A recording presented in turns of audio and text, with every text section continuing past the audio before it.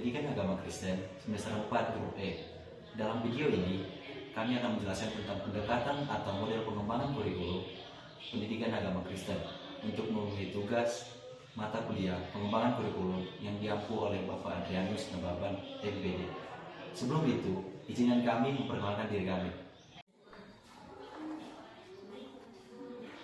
Hai, nama saya Gevino Feria Sinaga dengan NIM 210101202. Hai, saya Gombong Sanipar dengan NIM 210101233.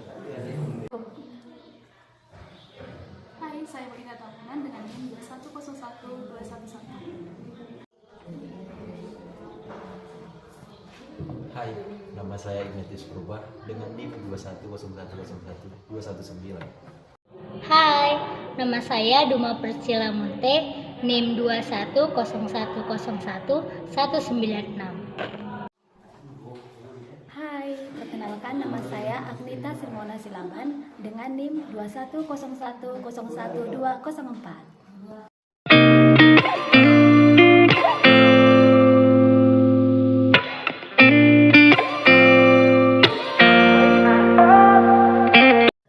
Hakikat pendekatan atau model pengembangan kurikulum PAK.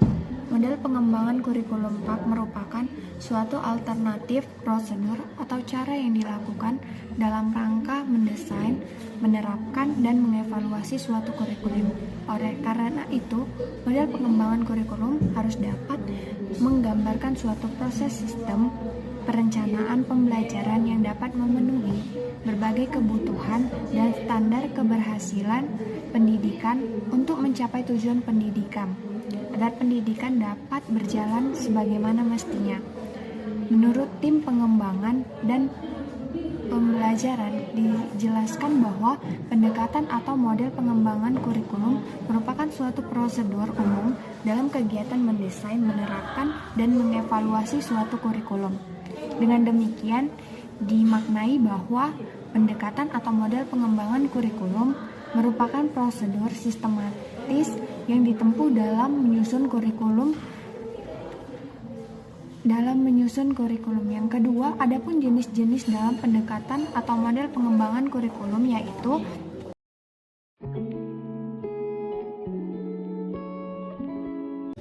yang pertama, model administratif, yaitu model yang merupakan pengembangan kurikulum yang paling lama.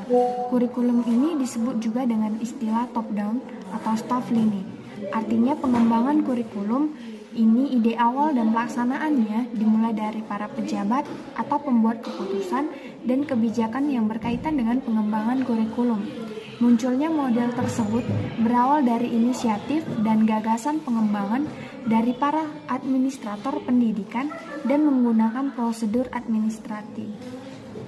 Pengembangan model ini bersentral pada wewenang dari pemerintah pusat. Adapun tugas dari Komisi Pengarah Kurikulum yaitu sebagai berikut. Yang pertama, menyiapkan rumus falsafah. Yang kedua, merumuskan konsep dasar. Yang ketiga, merumuskan landasan. Yang keempat, merumuskan kebijaksanaan. Yang kelima, merumuskan strategi utama. Yang keenam, merencanakan garis-garis besar kebijaksanaan. Yang ketujuh, memberikan garis-garis besar kebijaksanaan. Yang kedelapan, membentuk tujuan umum pendidikan. Setelah komisi tersebut menyelesaikan tugas, kemudian membentuk dan mengkaji secara sesama, kemudian membentuk komisi kerja pengembangan kurikulum. Berhubungan pengembangan kegiatan berasal dari atas bawah. Pada dasarnya model ini dilaksanakan pada negara yang menganut sistem sentralisasi dan negara dengan kemampuan tenaga pengajarnya yang masih rendah. Adapun kelemahan model ini yaitu sebagai berikut. Kurangnya peka terhadap adanya perubahan masyarakat. Di samping itu juga karena kurikulum ini biasanya bersifat seragam secara nasional sehingga kadang-kadang melupakan atau mengabaikan adanya kebutuhan dan kekhususan yang ada pada tiap daerah. Yang kedua, pada prinsipnya pengembangan kurikulum dengan model ini bersifat tidak demokratis karena prakarsa, inisiatif, dan arahan dilakukan melalui garis staf hierarkis dari atas ke bawah, bukan berdasarkan kebutuhan dan aspirasi dari bawah ke atas. Yang ketiga, pengalaman menunjukkan bahwa model ini bukan alat yang efektif dalam perubahan kurikulum secara signifikasi, karena perubahan kurikulum tidak mengacu pada perubahan masyarakat, melainkan semata-mata melalui memanipulasi organisasi dengan pembentukan macam-macam kepanitiaan. Dan yang keempat, kelemahan utama model ini yaitu diterapkan konsep dua fase, yakni konsep yang mengubah kurikulum lama menjadi kurikulum baru secara uniform melalui sistem sekolah, dan dua fase sendiri-sendiri, yakni penyiapan dokumen kurikulum baru dan fase pelaksanaan dokumen kurikulum tersebut.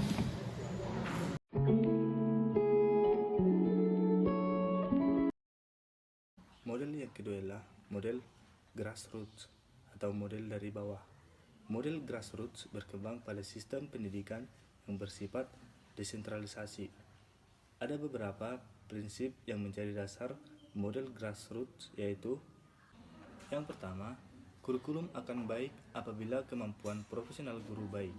Yang kedua, kompetensi guru akan membaik apabila guru terlihat secara pribadi dalam masalah perbaikan atau revisi kurikulum.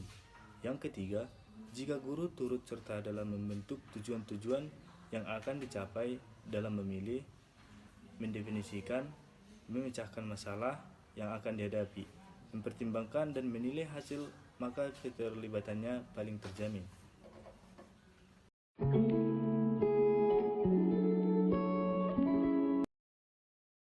Selanjutnya adalah model Bjelcamp. Sesuai dengan namanya, model ini diformulasikan oleh G.A. Bjelcamp tahun 1964 yang mengemukakan ada 5 langkah penting dalam pengambilan keputusan dalam pengembangan kurikulum. 5 langkah tersebut adalah: yang pertama, pejabat pemerintah yang berwenang dalam pengembangan kurikulum harus menentukan lebih dahulu lokasi atau wilayah yang akan dijadikan pilot proyek untuk pengembangan kurikulum. Langkah kedua, setelah wilayah atau lokasi yang akan menjadi pilot proyek sudah ditetapkan, maka langkah berikutnya adalah menentukan personalia yang akan ikut terlibat di dalam pengembangan kurikulum. Langkah ketiga adalah bila personalia sudah disusun dengan baik, maka langkah berikutnya adalah pengorganisasian person-person tersebut dalam 5 tim yang terdiri dari 1. Tim pengembang kurikulum, yang kedua tim peneliti kurikulum yang sedang dipakai atau sedang dipergunakan, yang ketiga tim mempelajari kemungkinan penyusunan kurikulum, yang keempat tim perumus untuk kriteria-kriteria kurikulum yang akan disusun, dan yang terakhir tim penyusun dan penulis kurikulum baru. Sedangkan prosedur kerja yang akan dilalui adalah: yang pertama, merumuskan tujuan baik tujuan umum maupun tujuan khusus, yang kedua memilih atau menseleksi materi, yang ketiga menentukan pengalaman belajar, yang keempat menentukan kegiatan dan evaluasi, yang kelima menentukan desain. Langkah keempat dalam pengembangan kurikulum yaitu penentuan implementasi kurikulum. Pelaksanaan kurikulum memakai pekerja yang rumit karena membutuhkan kesiapan dalam banyak hal, seperti guru sebagai pelaksana kurikulum di kelas, fasilitas siswa, dana, manajerial pimpinan sekolah atau administrator sekolah. Langkah terakhir yaitu setelah semua kebutuhan untuk kepentingan pelaksanaan atau implementasi terpenuhi dan sudah dapat dilaksanakan, maka langkah berikutnya merupakan langkah terakhir dari pengembangan kurikulum, yaitu mengevaluasi kurikulum. Bjelcamp mengemukakan hal-hal yang harus dievaluasi, yaitu 1. Evaluasi terhadap pelaksanaan kurikulum oleh guru, yang kedua evaluasi terhadap desain kurikulum, yang ketiga evaluasi terhadap hasil belajar siswa, yang keempat evaluasi terhadap sistem dalam kurikulum. Pengembangan kurikulum model Bjelcamp memandang pengembangan kurikulum tersebut dalam prosesnya secara menyeluruh. Keuntungan model ini adalah adanya penegasan arena yang kiranya akan mempermudah dan memperjelas ruang lingkup kegiatan. Kelemahan dari model Bjelcamp seperti halnya model administrasi yaitu adanya kurang tekannya terhadap perubahan masyarakat dan kurang memperhatikan keadaan daerah yang antara satu dengan yang lainnya.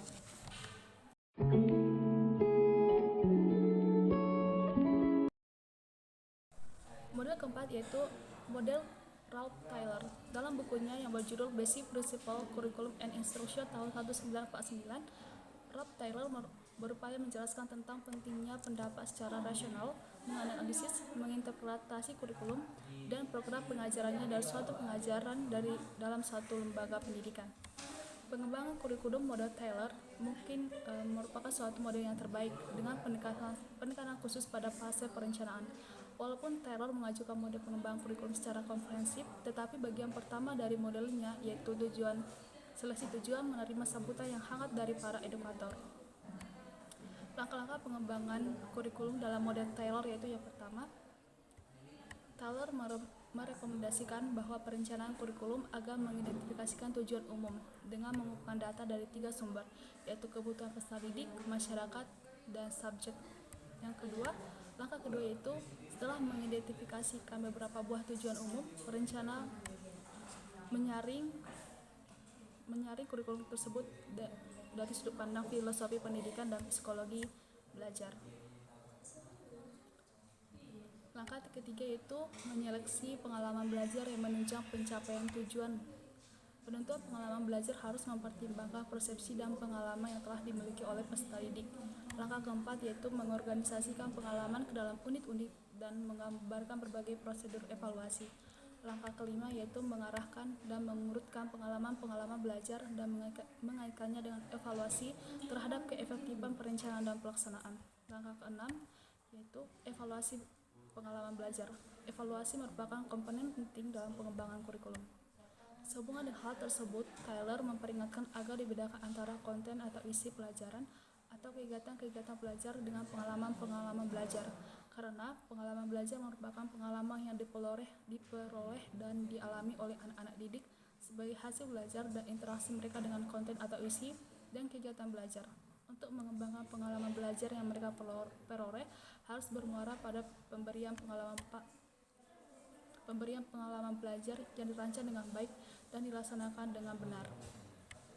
Dari beberapa konsep kurikulum yang telah saya jelaskan di atas, maka kurikulum model Taylor dapat dilihat dari segi yang sempit atau dari segi yang luas, yaitu dari sebagai pengalaman yang diperoleh di sekolah atau di luar sekolah.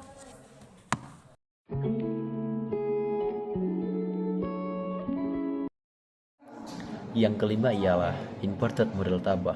Pengembangan kurikulum model ini diawali dengan melakukan percobaan, penyusunan teori, dan kemudian baru ditetapkan. Dalam pendekatannya, Taba menganjurkan untuk lebih mempunyai informasi tentang masukan atau input pada proses setiap langkah proses kurikulum, di mana Taba menganjurkan untuk menggunakan pertimbangan ganda terhadap isi dan individu pelajar. Perekayaan kurikulum secara tradisional dilakukan oleh suatu panitia yang dipilih. Panitia ini bertugas yang pertama mempelajari daerah-daerah fundasional dan mengembangkan rumusan kesepakatan fundasional. Yang kedua, merumuskan desain kurikulum secara menyeluruh berdasarkan kesepakatan yang telah dirumuskan. Yang ketiga, mengkonstruksi unit-unit kurikulum sesuai dengan kerangka desain. Dan yang keempat, melaksanakan kurikulum pada tingkat atas.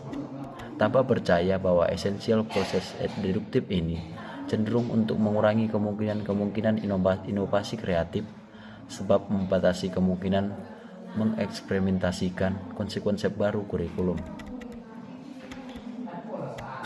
Taba mengajukan pandangan yang berlawanan dengan urutan tradisional dengan mengembangkan inverted model, yakni langkah awal dimulai dari perencanaan unit-unit mengajar belajar yang spesifik oleh para guru, bukan diawali dengan desain kerangka atau framework yang umum. Unit-unit tersebut diuji atau dilaksanakan dalam kelas yang ada pada gilirannya, sebab digunakan sebagai dasar empirik untuk menentukan desain yang menyeluruh atau overall design. Keuntungan digunakannya inverted sequence ini ialah yang pertama, membantu untuk menjembatani kesenjangan antara teori dan praktek karena produksi unit-unit tadi mengkombinasikan kemampuan teoretik dan pengalaman praktis. Yang kedua, kurikulum yang terdiri dari unit-unit mengajar belajar yang disiapkan oleh guru-guru lebih mudah diintroduser ke sekolah, berarti lebih mudah dimengerti dibandingkan dengan kurikulum yang umum dan abstrak yang dihasilkan oleh urutan tradisional. Yang ketiga, kurikulum yang terdiri dari kerangka umum dan unit-unit belajar mengajar lebih berpengaruh terhadap praktek kelas dibandingkan dengan kurikulum yang ada. Langkah-langkah pengembangan kurikulum Ilda Taba mengemukakan perekayasaan kurikulum terdiri atas 5 langkah. Langkah pertama, experimental production of pilot units. Kelompok tenaga pengajar membuat unit eksperimen sebagai ajang untuk melakukan studi tentang hubungan teori dan praktek.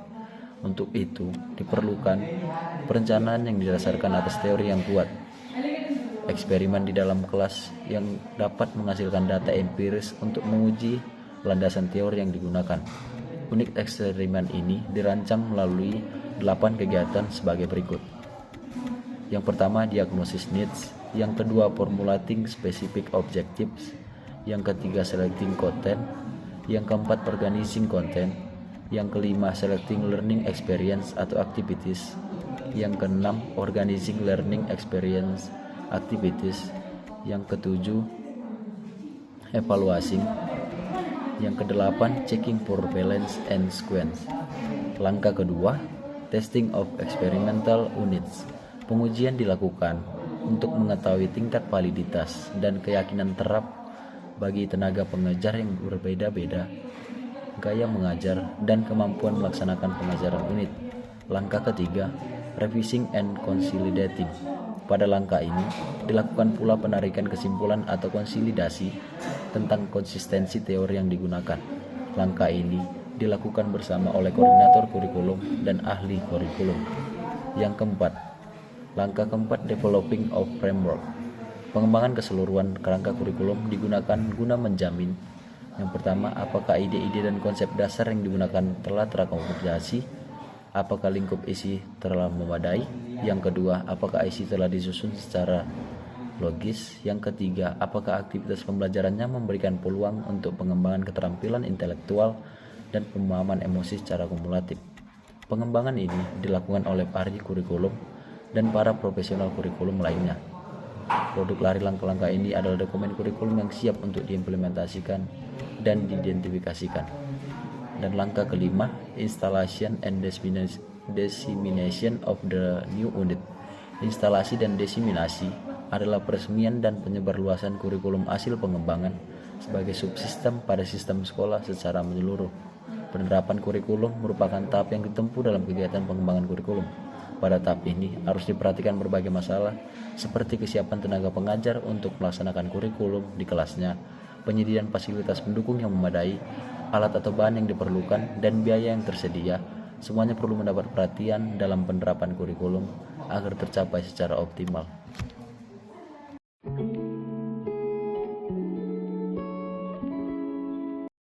Demonstrasi model. Model demonstrasi ini pada dasarnya bersifat grassroots, datang dari bawah. Model ini diperkasai oleh sekelompok guru atau sekelompok guru yang bekerja sama dengan ahli yang mengadakan perbaikan kurikulum. Model ini umumnya berskala kecil, hanya mencangkup beberapa sekolah saja. Suatu komponen kurikulum atau mencangkup keseluruhan komponen kurikulum. Nah, menurut Smith, Stanley, dan Source, model demonstrasi dilaksanakan dalam 2 bentuk. Bentuk yang pertama adalah guru-guru di organisasi dalam kelompok melaksanakan suatu proyek pengembangan eksperimental kurikulum. Unit ini melakukan pengembangan dan riset internal sekolah yang bermaksud menghasilkan segmen baru dari kurikulum, lalu dipertunjukkan kepada sekolah dengan harapan dapat diserap oleh sekolah secara keseluruhan. Nah, jadi model ini dimulai dan diorganisasi oleh hierarki administratif serta menyajikan suatu variasi model administratif perkayasaan kurikulum. Lalu yang kedua, ada bentuk model demonstrasi disusun kurang formal dibandingkan dengan model yang pertama. Beberapa orang guru yang tidak puas terhadap kurikulum yang ada kemudian melakukan eksperimen dalam area tertentu dalam kurikulum dengan maksud menemukan sebuah jalan alternatif pelaksanaan kurikulum. Berdasarkan eksperimen ini, diciptakan unit-unit kurikulum yang dinilai berhasil oleh suatu regu penelitian dan pengembangan informasi dan kemudian diajukan untuk diserap oleh sekolah. Jadi bentuk model demonstrasi ini mewakili suatu pendekatan the grassroots untuk merekayasa kurikulum. Nah, kesimpulan model ini ada 4 antara lain. Yang pertama, kurikulum yang dihasilkan melalui proses ini telah diuji dalam situasi-situasi eksperimental dan oleh karenanya menyediakan alternatif kurikulum yang dapat dilaksanakan dalam praktek dan sistem sekolah. Lalu kesimpulan yang kedua, perubahan dalam bentuk yang spesifik, yakni segmen-segmen kurikulum yang dapat dilaksanakan memudahkan untuk menghadapi hambatan yang sering terjadi hendak melakukan revisi secara menyeluruh sistem yang luas. Yang ketiga, ada kesimpulan hakikat model demonstrasi berskala kecil memudahkan pendekatan front terhadap inovasi kurikulum untuk menghindarkan kesenjangan antara lain dokumen dan pelaksanaannya yang ada pada model administratif. Kesimpulan yang keempat yaitu model demonstrasi, khususnya dalam bentuk grassroots, menggerakkan inisiatif dan sumber guru-guru dan memberdayakan sumber-sumber administratif untuk memenuhi kebutuhan dan muat guru-guru dalam upaya mengembangkan program-program baru. Kerugian utama model demonstrasi ialah karena model ini menciptakan pertentangan-pertentangan di kalangan guru-guru yang tidak ikut serta dalam melakukan eksperimen dengan keraguan dan tidak yakin. Mereka menganggap kalaulah hasil eksperimen itu baik, namun kelompok tersebut tidak terbimbing, gilirannya menghambat penyerapan terhadap inovasi kurikulum.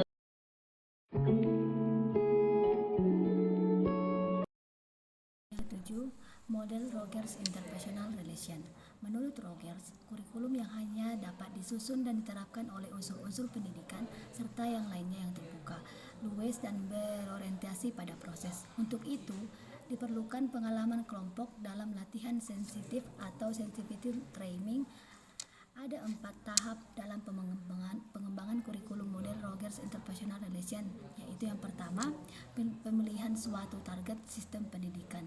Penemuan target ini berdasarkan kriteria yang menjadi pegangan, yakni adanya kesediaan dari administrator atau pejabat pendidikan untuk turut serta dalam kegiatan kelompok intensif.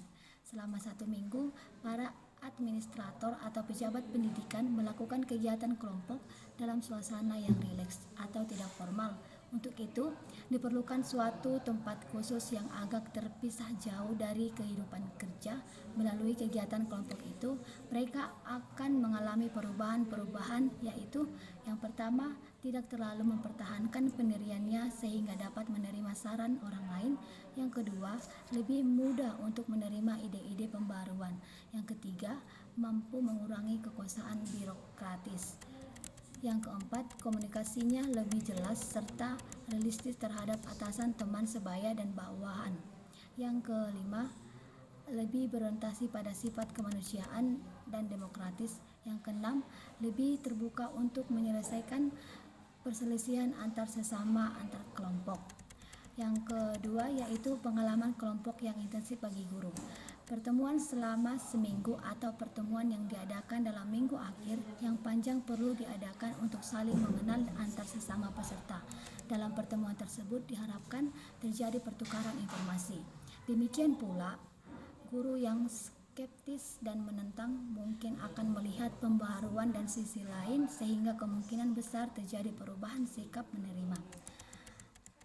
Yang ketiga yaitu pengembangan pengalaman kelompok yang intensif bagi kelas. Caranya mengikut sertakan 1 unit kelas dalam pertemuan 5 hari. Selama 5 hari penuh, siswa ikut serta dalam kelompok secara aktif dengan fasilitator para guru, administrator pendidikan, administrator dari luar. Dengan kegiatan itu diharapkan menumbuhkan suasana hubungan yang baik antar siswa yang satu dengan yang lain. Perubahan yang terjadi pada siswa yang pertama itu merasa bebas mengemukakan pendapatnya di dalam kelas. Yang kedua, semangat untuk belajar bertambah, memiliki tenggang rasa dalam hubungan antar siswa di dalam pergaulan sehari-hari. Yang ketiga, tidak mempunyai rasa tertekan karena tidak mengenal istilah hukum bersifat fasik. Yang keempat, mempunyai anggapan bahwa dengan belajar akan mampu menghadapi kehidupan masa depan. Yang keempat yaitu keterlibatan orang tua dalam pengalaman kelompok yang intensif. Kegiatan ini dapat dikoordinasi oleh persatuan orang tua pada masing-masing sekolah. Kegiatan kelompok berlangsung selama 3 jam tiap sore selama 1 minggu dan 21 jam selama 3 hari terus-menerus. Jika kemungkinan pertemuan demikian harus berbarengan dengan pertemuan unit kelas. Tujuan utama kegiatan ini adalah supaya orang tua, staf pengajar, dan pemimpin sekolah atau administrator pendidikan lainnya dapat saling mengenal secara pribadi sehingga memudahkan pemecahan persoalan-persoalan yang dihadapi di dunia pendidikan khususnya persekolahan. Saran Charles Rogers tersebut adalah perlunya diadakan pertemanan vertikal yang mendobrak hierarki birokrasi dan status sosial.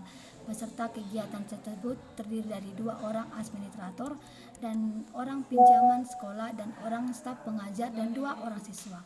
Model pengembangan kurikulum ini mengutamakan hubungan antar pribadi yang penciptaan suasana akrab dan unsur-unsur pendidikan yang terlibat dalam pengembangan kurikulum, yaitu administrator, pimpinan sekolah, guru-guru, serta para siswa. Kelebihan antara lain, yang pertama itu sedikit kemungkinan terjadi tekanan hierarki yang bersifat menghambat sehingga diharapkan dapat menerapkan kurikulum yang lebih besar. Yang kedua, masing-masing unsur pendidikan, khususnya yang terlibat langsung dalam pelaksanaan kurikulum, yaitu para guru tidak ragu mengemukakan pendapat dan gagasannya dalam pengembangan kurikulum. Yang ketiga, tidak timbul adanya dominasi kuat dari pihak pusat atau atas untuk memaksakan kehendak politik di bidang pendidikan, khususnya pengembangan kurikulum. Ada tampaknya hal yang dapat dianggap sebagai tanda-tanda kelemahan atau kekurangan pada model Rogers Interpersonal Relation dalam pengembangan kurikulum, yaitu tampaknya tidak ada batas hubungan antar siswa dengan guru atau unsur pendidik lainnya sehingga dikhawatirkan lunturnya rasa hormat pada siswa. Yang kedua, memerlukan waktu yang lama dan sulit ditargetkan untuk penyelesaian secara tuntas dalam penyusunan kurikulum baru sebagai hasil dari pengembangan kurikulum. Yang ketiga, memerlukan biaya yang tidak sedikit mengingat banyaknya unsur yang tidak terlibat serta jenis kegiatan yang dilakukan. Yang keempat, keterlibatan berbagai unsur pendidikan dalam proses pengembangan kurikulum tersebut kemungkinan besar mengakibatkan kesulitan dalam pengorganisasiannya.